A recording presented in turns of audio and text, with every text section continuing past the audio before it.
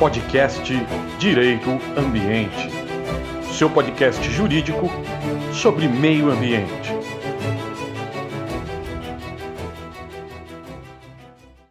Bem-vindo ao podcast Direito Ambiente, nesse nosso quarto episódio da série sobre direito ambiental geral.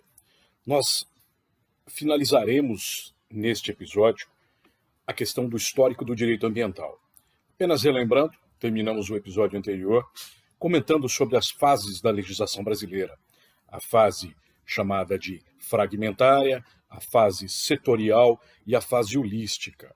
Nós fizemos uma abordagem ali geral, explicando o contexto da legislação nacional sobre proteção ambiental. E nós não poderíamos deixar de falar da questão das normas internacionais. Como que o direito ambiental, quando ele efetivamente começa a ser reconhecido, o que ocorria no mundo neste momento. Então, nós partimos um pouco mais ali para frente nessa questão histórica e abordamos ali a partir da segunda metade do século XX. É interessante citar que em 1951 houve a publicação de um estudo chamado Estudo da Proteção da Natureza no Mundo, e ele foi organizado pela União Internacional para a Conservação da Natureza. Esse estudo de 1951, que é publicado sobre a questão de conservação de meio ambiente, ele é um embrião da, talvez assim entendida por muitos, da maior e mais importante Conferência Internacional de Meio Ambiente, que foi ocorrer depois em 1972, em Estocolmo. Ele é um embrião do chamado PNUMA, ou Programa das Nações Unidas para o Meio Ambiente. Já em 1952, um ano depois da publicação desse estudo, da UICN, ocorre um acidente de poluição decorrente da industrialização na cidade de Londres, na Inglaterra.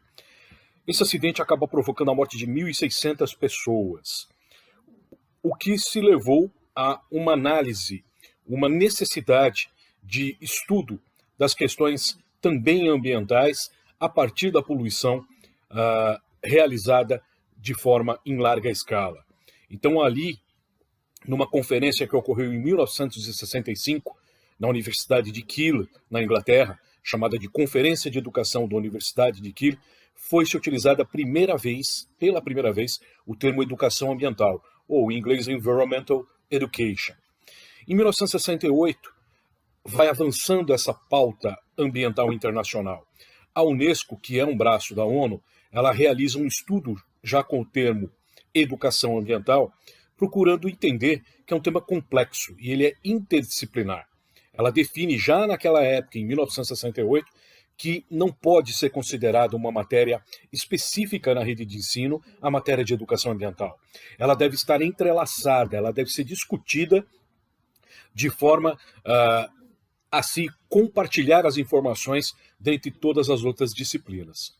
Nesse ano de 1968, nós temos a fundação do Clube de Roma. O que é esse Clube de Roma?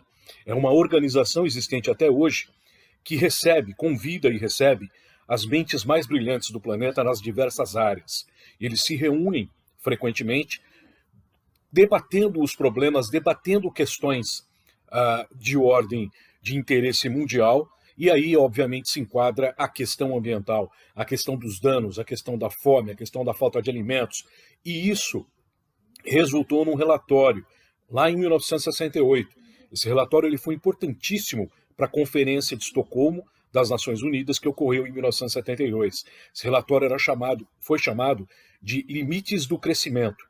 Ele abordou o quê? A questão da densidade demográfica mundial. Até que ponto o planeta teria condições, numa relação proporcional, de fornecer e garantir alimentos, incluindo os alimentos para as camadas sociais mais baixas, aquelas que dependem do apoio normalmente do Estado, como o planeta conseguiria ter condições de suprir as necessidades de alimentação na população que já vinha numa crescente constante. Inclusive, é interessante citar, foi utilizado para esse relatório, foi feita sempre uma análise à base da teoria malthusiana na matemática, em que a população ela vai crescer de forma geométrica. Então, toda essa questão já havia se discutido naquela época. e resultou na necessidade de uma conferência de cunho muito mais especial, de cunho muito maior, que foi então em 1972, em Estocolmo, na Suécia, a Conferência das Nações Unidas sobre o Meio Ambiente Humano.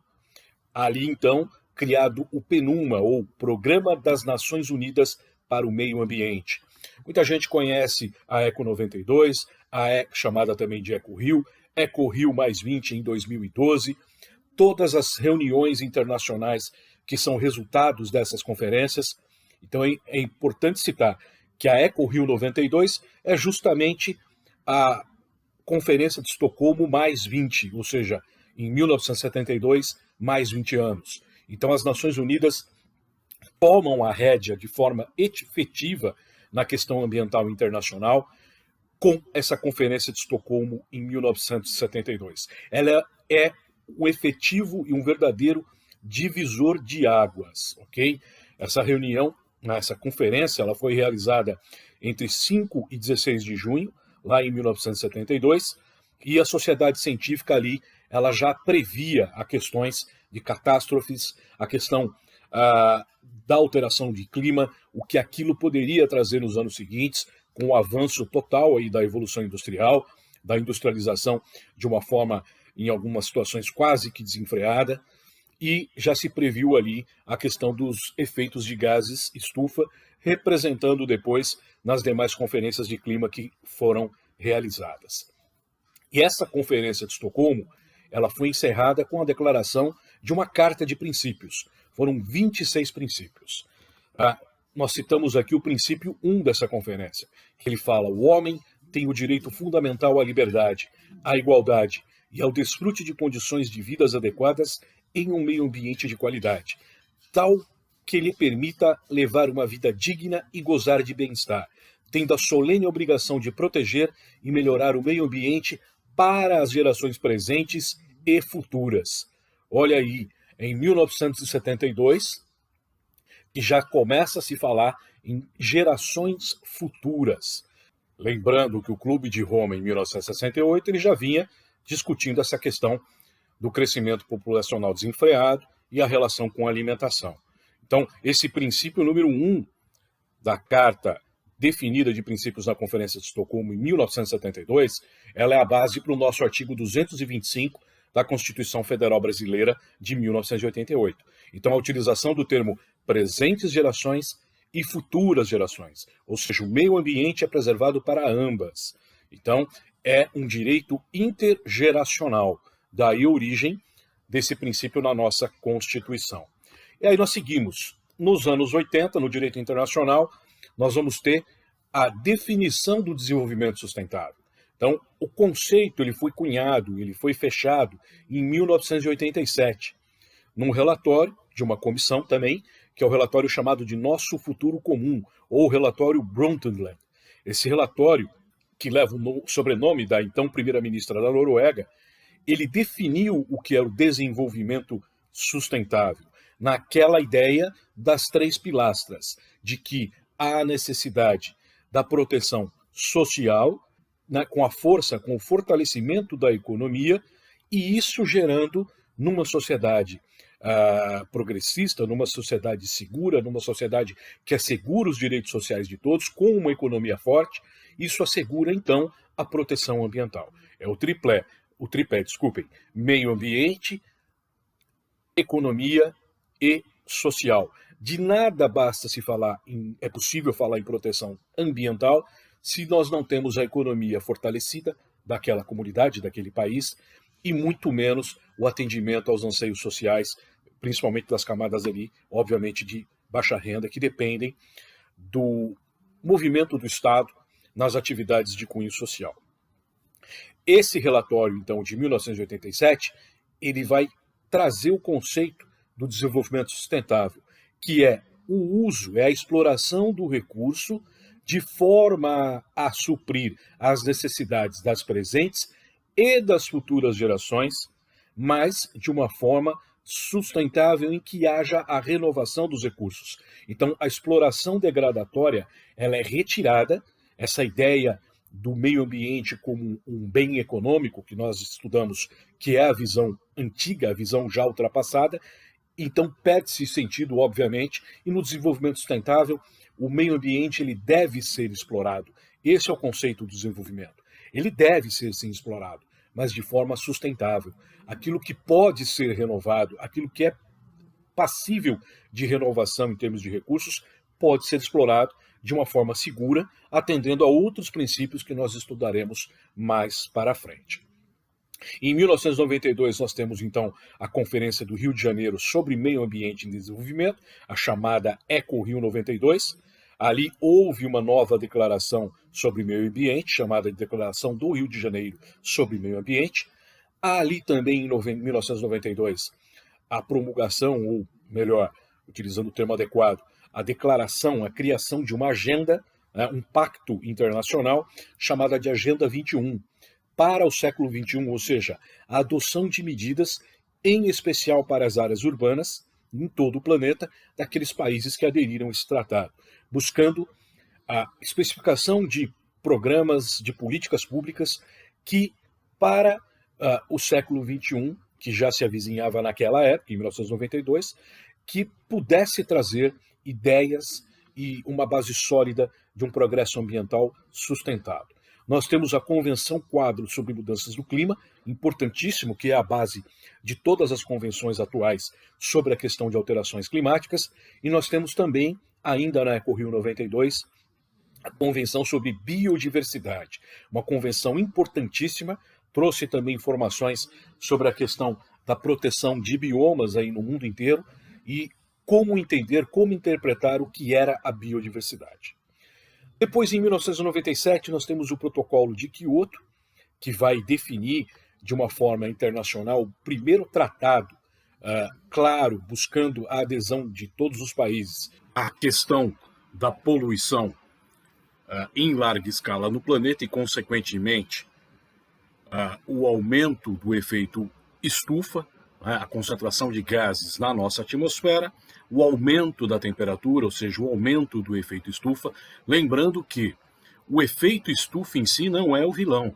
A atmosfera terrestre, ela possui essa característica da camada de ozônio, na estratosfera, mantendo os gases próximo ao próprio planeta, fazendo com que haja uma elevação de temperatura. Se não existisse a camada de ozônio, o planeta seria gelado. A distância somente do Sol não é suficiente para o aquecimento constante e a manutenção da vida no planeta. A temperatura ela tem que se manter numa medida ideal para a vida, ou equilibrada, claro, conforme o tipo de vida, conforme o local exato, a região exata do planeta, mas uma média global de temperatura só existe graças à camada de ozônio. Então, o efeito dos gases no aumento da temperatura, ou seja, uma emissão maior de gases do que já existe na forma antrópica, isso sim eleva a temperatura, aumentando a sensação do efeito estufa, uma estufa cada vez mais quente. Ou ainda, o outro fator, que é a degradação da camada de ozônio, os chamados buracos da camada de ozônio, também provocados por poluição.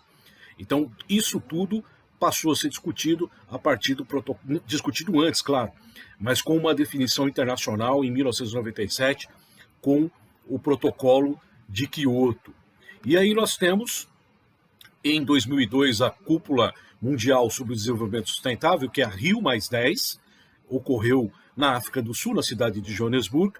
Ali foi discutido, foram discutidas as questões da Agenda 21, que havia sido lançada em 1992, 10 anos antes, e aí nós fechamos como um dos pontos das conferências das mais importantes, em 2012, a chamada Cúpula Mundial sobre Desenvolvimento Sustentável, também ocorrida no Rio de Janeiro, a ECO 92+20.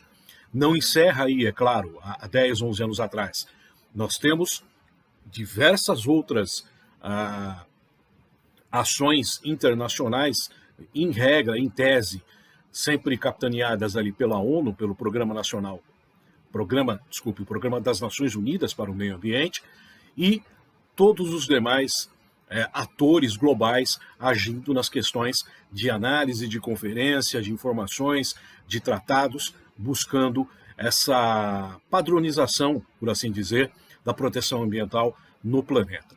Tudo bem? Nós encerramos aqui então o episódio de número 4 do nosso podcast e finalizamos também essa parte do histórico do direito ambiental. Fechamos com a questão do direito internacional ambiental, uma base, né, uma informação sobre os principais tratados, o que levaram a esses tratados serem criados e colocados em prática.